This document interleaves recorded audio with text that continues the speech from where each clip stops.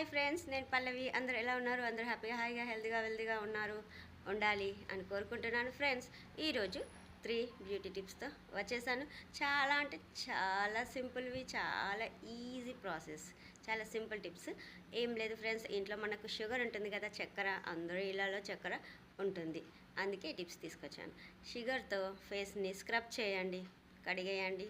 ఇది కూడా మన ఫేస్కి రిజల్ట్స్ ఇస్తుంది, చాలా స్మూత్గా అవుతుంది, స్కిన్ మెరుస్తుంది కూడా.